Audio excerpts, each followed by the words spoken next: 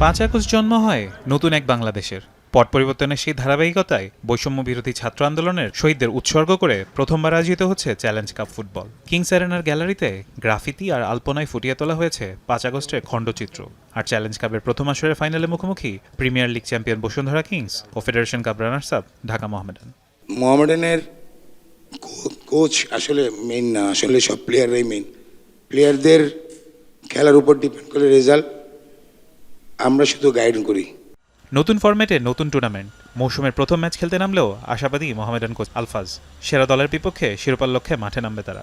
প্রথমেই ফাইনাল খেলা, তো এখান থেকে আমরা অভ্যস্ত হব সামনের দিকে, যে আগামী এই বছর থেকে শুরু করলাম, আগামী বছর যাতে আরও নতুনভাবে নিতে পারি, ভালোভাবে নিতে পারি, সেই চেষ্টা থাকবে। যেহেতু মোহামেডান স্পোর্টিং ক্লাব ঐতিহ্যবাহী ক্লাব, আমরা শিরোপার জন্য লড়ব। চ্যালেঞ্জ কাপকে চ্যালেঞ্জ হিসেবেই দেখছেন মোহামেডান ডিফেন্ডার মেহেদী হাসান। নিজের সাবেক দলের বিপক্ষে জয়ী হতে মুখিয়ে আছেন তিনি। সাবেক টিম বসুন্ধরার সঙ্গে আসলে খেলতে আমার খুব ভালো লাগে। আমি সব সময় চিন্তা করি তাদের সঙ্গে 100% দেওয়ার জন্য এবং জয়টা ছিনিয়ে আনার জন্য। চ্যালেঞ্জ কাপের আগেই এএফসি চ্যালেঞ্জ কাপে বিদেশের মাটিতে টানা 3 হারে কিছুটা এলোমেলো কিংস শিবির। মোহামেডানকে শক্ত প্রতিপক্ষ মানলেও দল হিসেবে মোহামেডানের চেয়ে নিজেদেরকে এগিয়ে রাখলেন ক্যাপ্টেন সাদউদ্দিন। আগে আমাদের টিমকেই রাখবো, বাট আমাদের যে লাস্ট ইয়ার যে টিমটা ছিল, আমাদের অনেক স্ট্রং টিম ছিল, আমাদের ফরেন বলেন, লোকাল প্লেয়ার বলেন। বাট এই বছর আমাদের অনেক চেঞ্জ হয়েছে। ম্যাচটাও অনেক বিগ ম্যাচ মোহামেডানের সাথে, তো সব কিছু মিলিয়ে ভালো একটা এনভায়রনমেন্ট হবে। আমার কাছে মনে হচ্ছে ম্যাচটা আমাদের জন্য অনেক টাফ হবে, আগের বারের মতো এত ইজি হবে না।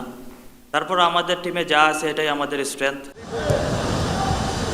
দলের অনুশীলন খুব ভালো হয়েছে। নিজেদের মধ্যে 3টি প্রস্তুতি ম্যাচে একটিতে জয়, অন্যটিতে ড্র, আরেকটিতে পরাজয়। সব মিলিয়ে নতুন মৌসুমে দারুণ শুরুর অপেক্ষায় কোচ। যে কোনো টিমেরই আপনি রেজাল্ট না দিলে কিন্তু আপনি কোচ হিসেবে থাকতে পারবেন না। এটা আমার জন্য ভালো হয়েছে যে সামনে লিগ আছে, আমাদের ফেডারেশন কাপ আছে, এই জায়গা থেকে আমরা সামনের দিকে এগিয়ে যেতে পারবো। চ্যালেঞ্জ কাপের পুরো প্রাইজ মানি বৈষম্য বিরোধী ছাত্র আন্দোলনে আহতের জন্য ফাউন্ডেশনে দান করতে সম্মতি জানিয়েছে 2 ক্লাব কর্তৃপক্ষ। ফারহান ইহসান, এখন, ঢাকা।